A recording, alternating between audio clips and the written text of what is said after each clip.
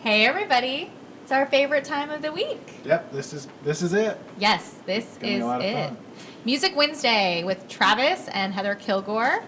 Okay, and these two are characters. One more than the other. I think it was the latte, right?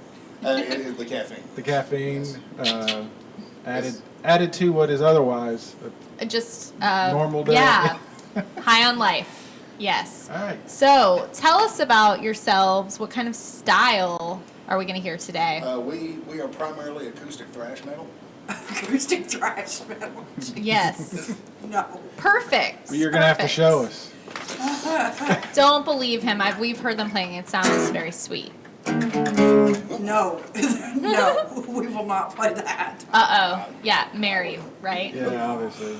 All right, we don't want to break up before the big turkey day, so. We got to at least make it through the holidays, right? Yeah, let's make it through the holidays. We're basically, we're an acoustic duo ourselves. We're part of a larger band, the Scarlet Conspiracy, which is a full electric band. Love that name. Thanks. I'm a huge fan of the Grateful Dead. So Me too. I'm kinda, Almost named my daughter Scarlet Begonia, but my last name is Greenfield, so there's a little too much color. You still like it? Should have done it. I named my son James Patterson Kilgore after James Hayfield of Metallica and Patterson Go to the Drive-By. Really? Truckers. So, Cool. Yeah. And the only reason I did that is because my ex-wife would not have let me name him Metallica Drive-By Travis Kilgore. So I picked the front name. Thank you, Brenda. I'm going to do that. Cool. All right, we're getting off on our personal stuff, but we like that. We want to know about you guys. So let's start playing, and then we'll get back to. I think you have a lot of stories to tell, so we have a lot of time. Numerous. Yeah. Tell us whatever you want. Play whatever you want. Let's just put that on the water. Okay, we do original music, and we're working on an album with the Scarlet Conspiracy. Which is almost done. Yeah, be out in 2017. But Heather and I especially are huge fans of the Decemberists. Love the Decemberists. Yeah. Huge fan. Oh, they're the best. Yeah. Oh, you want to do Down by the Water or you want to do Eli? I want to do Down by the Water. I want to do Down by the Water. I love it. I know who's going to win. It's like being at home. Exactly. So, yeah, we're huge fans of the Decemberists, and we do a lot of Decemberist covers when it's just Like the a two of us. Beautiful. As a matter of fact, my daughter is our keyboard player in the band. Cool. She's 20 years old. She's a music major, junior at Lee University. She's blind. And, Really? She's third generation. Wow. But she's our keyboard player. But when we're doing the acoustic stuff like this, she has a little breath-powered keyboard called a melodica. So all the accordion parts and like harmonica parts you hear in the Decemberist song, she covers them. She plays it on the Oh, wow. melodica. That's Yeah, amazing. that's pretty neat. Love So, to meet her. Yeah, this is a Decemberist tune from the King is Dead album, Down by the Water. Yeah. She got her way. She want to play this one. Of course she got it. It was on the one.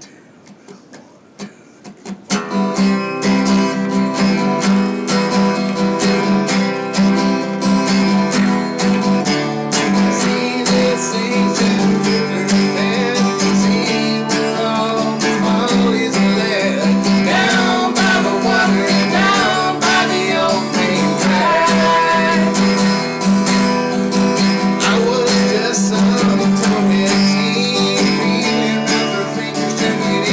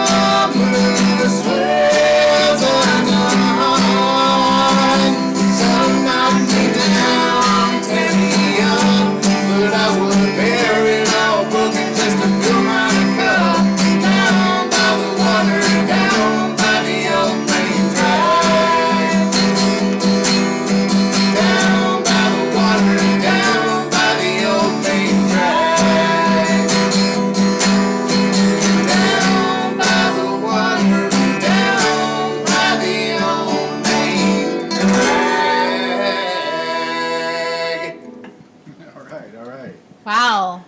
You guys sound beautiful together. Thank you. Thank you. We actually Definitely. met because of music. It's true. The relatively short version of a long and complicated story. In November of 2008, I was laid off from my factory job where I'd worked since November of '93. Wow. Absolutely terrifying, the only job I've ever had in my adult life. Yeah. And since I was laid off, I finally had the time and frankly the energy, because working a factory job will wear you out, to check out Tremont Tavern's open mic on Tuesday night. Yeah, which it's my great. friend Megan Howard had been telling me about literally for 3 years. And Mike McDade, the guy that runs it, is an old friend of mine. And yeah, I'll check it out. And then Tuesday would come around and I didn't feel like it. So now I finally did.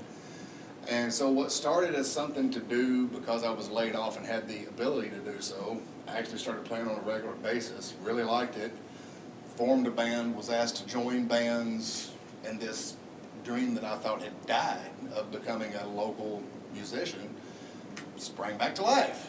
So much to my surprise and delight, I'm playing in bands around town, playing rhythm and blues. Somewhere during this process, she was in a band that went belly up. Yeah. And so They do that. She It was on. happens. It happens. She was on. Yeah, because Timmy quit and Jody got married. Yeah, it Should have known happens. it'd never get far. There's a song in there somewhere. I think so. But anyway, she was on Musician on Facebook, sending friend requests to musicians in the hopes of finding people to collaborate with. Dude, I was clicking. Chattanooga musician. Oh, musician. You should be a reporter. And so I get this friend request, from Hippie Heather. Hippie Heather is what it was at the time, not Kilgore. And who is this? Because I will pretty much accept every friend request, because the more people who see, Right. hey man, I'm playing JJ's tonight, is the more people who can come see me play JJ's. You should be a reporter too. Share. So I'll go poke around their profile to make sure it's not a troll account, make sure they're not crazy, make sure they're not a freaking Republican or something like that. We need to do that too. So, If it doesn't have a picture attached, I don't accept it. yeah. So I went and poked around her profile, and I can honestly say the first thing I noticed about her, let's just be Aw. honest, in this day and age, Aw. many people are nigh illiterate, and it just makes my back teeth itch thinking about the poor writing that people put Yeah. out there for God and everybody to see. But she had posted a lengthy status update that was spelled properly and capitalized and punctuated and with paragraph breaks. So the first thing I noticed about her was her writing. I'm like, So then I checked out her profile picture, and I'm like, this chick's cute. Except, Check. yeah, check. Accept. So it began that way, and I kind of Facebook stalked her for a little while, and she had posted several status updates about The Walking Dead, so I struck up a conversation. Love The about Walking Dead. one night. Oh. Daryl. Oh, Daryl. Yes. Oh, yeah. Poor Daryl. Don't tell me. That's where the chatting began, so we chatted back and forth, and hindsight's 20/20. We hadn't met in person yet. She had posted a picture of her and her oldest daughter. It And was sitting there- like this big. We're sitting there chatting, and I said, I saw that picture of you and your daughter. And I said, either you're really tall or she's really short. And she goes, well, I'm pretty tall. And I said, so how tall are you? She goes, 6 feet. I clicked all caps. Great googly moogly. And said that. And she goes, I know, I'm sorry. Because she's used to lesser men. I'm not a lesser man. Right, I can and tell. I said, Not at all.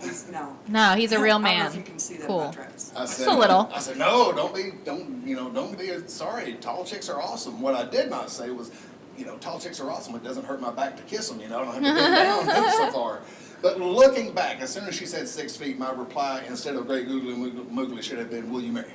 Because that was really, So nice. the deal was done. You're I done. didn't know it at the time, but that was really, the deal was done. This was before Wow. we had even met.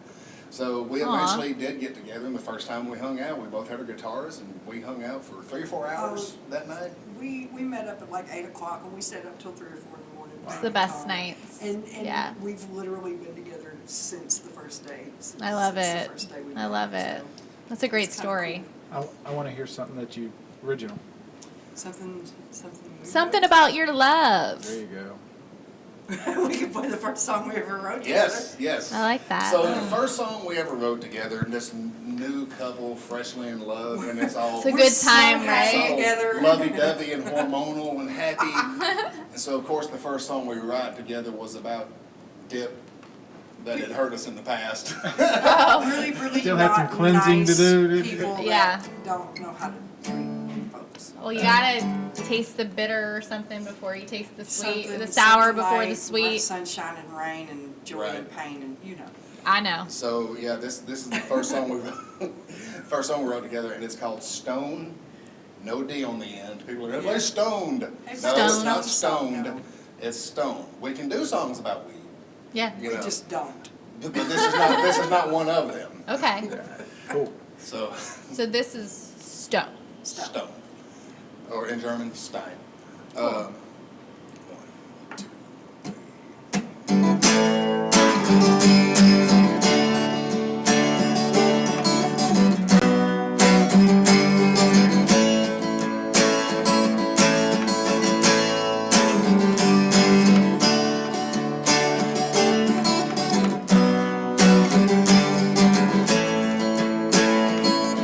Your heart is harder than mama,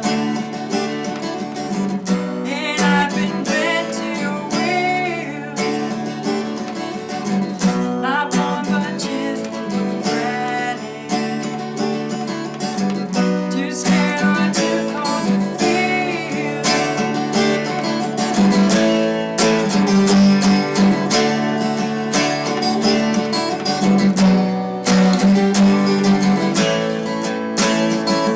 I gave my heart for keeping,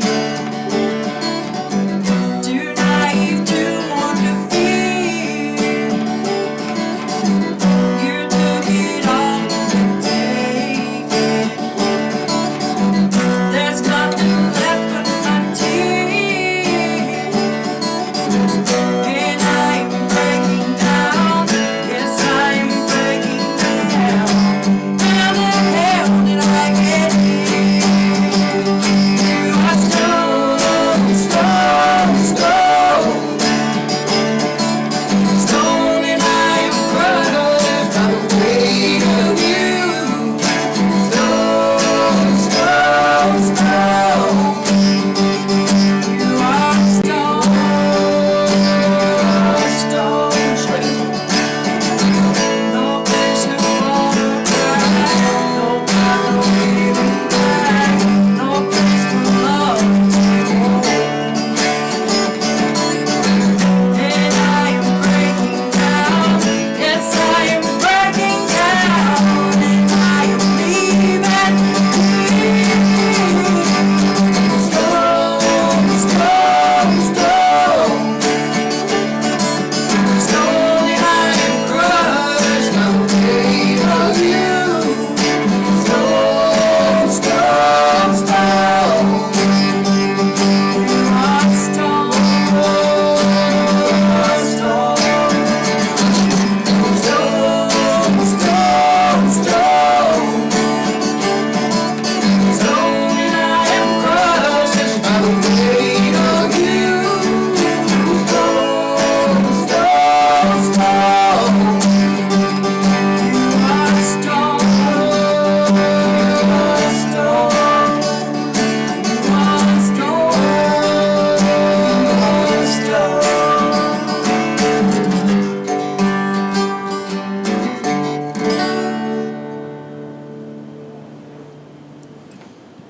That's pretty cool. Yeah, we've pretty all cool. been through some stones, right? Oh man, I know. It's- Yeah. some of us have had our fair share, your fair share. I have. You guys over theirs. Probably been on the giving end of some of that too. Not me. You know, I try not. There's some folks you almost feel like you just have to.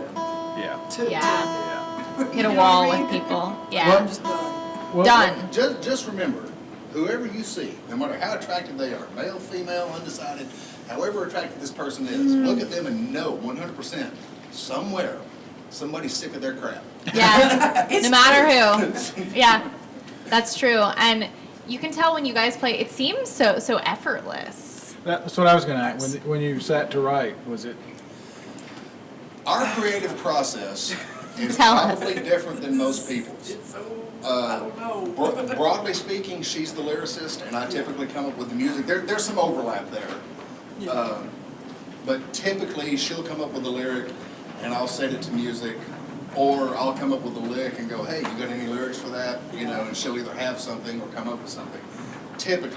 Now, once we've reached that stage to where there are lyrics and music that now have to be pounded out into a song, Right. it's very contentious. It's very contentious between there's A push and a pull. it's very push and pull. You know, Yeah. it's that dynamic tension that kind of, you know, I want what I have to say to be heard, and he wants what he has to say to be Well, heard. and it's not even So about, we have to find that kind of middle ground where it just kind of meshes. it's not even about who's saying Yeah. what. Like, one of the reasons I don't write many songs lyrically is I'm so friggin' neurotic that I have all these ideas in my head No from way. all this great music. Oh yeah. You don't think as gregarious and as like outspoken as he is, that he would just have stacks and stacks of songs that he's written and things that he's wanted to say, but I told he really doesn't. I told my friend Christian Collier one time. I said he's a local poet, musician, Yeah. great guy. Yeah. I can't remember how it came up. We were having lunch, and I said, so one time me and the kids picked up a one-legged hitchhiker going up the ridge cut, and Chris just busted out laughing, and he goes, "How do you not write songs?" And I said, "I just don't have anything to say. I'll tell you a story, but I just don't feel a burning desire to write songs." But anyway, I'll have the music, she'll have the lyrics, we'll have this thing that has to be pounded out. And I have all these things in my head that a song has to be this and it has to be that. And I know most of them are bullcrap, but it comes from decades of listening I'm not to... like that at all. Yeah. I have the conch. Oh. It comes from decades of listening to all this really great music. Yeah. Who are some of your inspirations? Oh dear God. Creedence Clearwater Revival in my childhood. Awesome. The Eagles, those from Dad. Marshall Tucker Band, those are three that I really remember from Dad. Mm-hmm. Then as I grew into an angry young man of my own, I was big into Guns N' Roses for a long time. I played bass in the electric iteration of our band, and Duff McKagan of Guns N' Roses is hands down the single biggest influence on my playing. I will rip off his bass lines every time I get the chance. Cool. Guns N' Roses, Metallica's been my favorite band since I was 15. You guys were playing a little AC/DC before we Yeah. came. Oh Yeah. yeah, and all the hard rock stuff. White Zombie, Monster Magnet, Alice in Chains, huge Alice in Chains fan. I play a bunch of their stuff. Seven Mary 3, Green Day. Got turned on to Drive-By Truckers at about 21, and they've been. They're my second favorite band. I named my son after them. Yeah. Huge influence, and all of these bands had really great riffs and really great lyrics. There wasn't a lot of just throwaway drivel. You know, like all their songs had like cohesion and meaning, and they whether it was a linear story or not, it really expressed something. You know, all these bands just wrote these great songs, and so I have all these really high expectations in my head of what a song should be, and I can't do it myself. It's like pulling my own teeth without anesthetic. Now, Heather, on the other hand, gives not a damn. I come from a completely different background. My parents were both hippies, so I grew Okay. up listening to Pink Floyd and the Allman Brothers and Wow. Grateful Dead, and that really kind of jammy, just kind of almost improvisational, just Chill. kinda feel good, So go where chill. it goes kind of music. You know, So that's how I never really tweak her melodies or anything. The melodies she comes up with are absolutely fantastic, but like lyrically, she'll just want to say what she wants to say, sometimes with no regard to the time signature. I love it. Does not care. Like she Nice said one time in the combination. middle of an argument, you know, she goes, "Can't we just say F the count?" And I said, "No, you can't. No, If you're but playing you by can. if you're playing by yourself, you can. But if you're going to play with other people, you got to be counted." Make So it work. there's this tension to where I come from this really rigid place of like heavy metal and neuroticism, and she comes from this really free flowing hippie dippy creativity thing. Peace and love. And well, the push and pull there is I rein her in. I rein her more extreme things in to a little bit more cohesive, even for a metalhead like me, like a pop sensibility sort of thing. You know, like you gotta have a catchy hook, Right. You know, the chorus and bridge, and you gotta make sure everything's in the proper time signature. Where I don't care. she Yeah. pulls me out. of your shell. Of your A lot. darkness. Well, no, Yeah. not just the dark, but He's like so reserved. She pulls me out of my neuroticism of it's got to do this, it's got to do that, and like especially lyrically, like her stuff doesn't have to rhyme. I can't write a song that doesn't rhyme to save my soul, you know. But she writes lyrics that often don't rhyme, and it's great. Yeah. Sometimes they don't even make sense. Well, there are definitely a couple. Do you? Yeah. I Do don't you know if have it's about a song that's a good example of what we're talking about that has a lot of those elements? Where you found that balance? Both of you gave. Gave yourselves Yeah, gave and in, gave a found little. yeah. Liar, liar. We we butted heads over that song for weeks. Let's hear it. before we- Let's hear it. And sometimes it's really funny. Sometimes, like another one we'll play later is called. Well, I'll get to that. But she shows me these lyrics, and they were stone country. I mean, just stone cold country. And yeah, I'm pierced 12 times on the side of my head, and you know, my son's named after Metallica, but I love real country, not US 101 crap, but like real Traditional. Very stone traditional. cold, crying in your beer. Yeah. My dog got run over by my wife as she left with my best Gotcha. friend. I like that and too. She There's a shows train me and a. Let's put that. I like that one better. Do what she says. hit a G, see, make sure you're capable. They're so cute. You can definitely tell we're married. We've been married almost 5 years. Sometimes it feels more. So she shows me this I lyrics. understand. The night we met in person, she had her little notebook with her, and I'm flipping through and looking at these lyrics, and these lyrics are just stone country, you know, and they needed no tweaking. They were perfect as is. And I said, wow, this is really good. I said, if you don't mind, you know, at some point if we keep hanging out, I'd like to set this to music. She goes, yeah, cool. So we ended up hanging out and becoming a couple and all this, and I eventually did set the song to music, and it's a good old 3/4 waltz. Just the song is country as a hoe handle, and it's a matter of fact, it's so country that it's even reflected in the title of the song. It's called Blake Shelton Can Suck It. Toby Keith Can Suck It. That is not the name of this song. That's 101 Can Suck It. Oh my God, Travis, that is not what the song is That's called. He's absolutely getting what the real. song's called. He good. does It's that good. to It's me a good. lot. It's all good. He says stuff like that just because he knows I'll go, Yeah. Yeah. That's what we did. Yeah. what? Okay. What? So anyway, the real name of the song is called Hill Country Girl. Okay. Yeah. Hang on. What are you doing? Trying to decide where I want to take it. Not there. Yeah.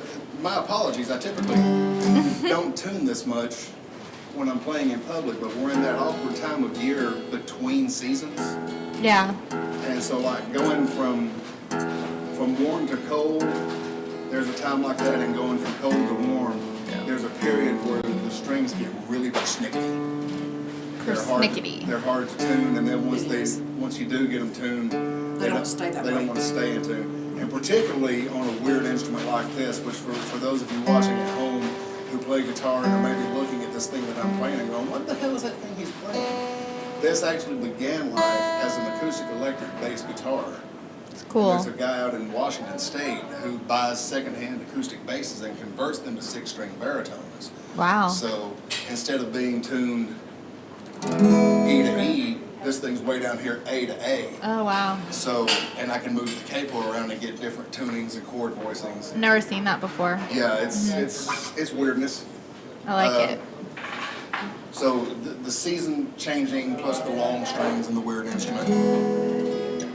Just better be good, man. It's Oh, there's it's this is probably my second favorite song.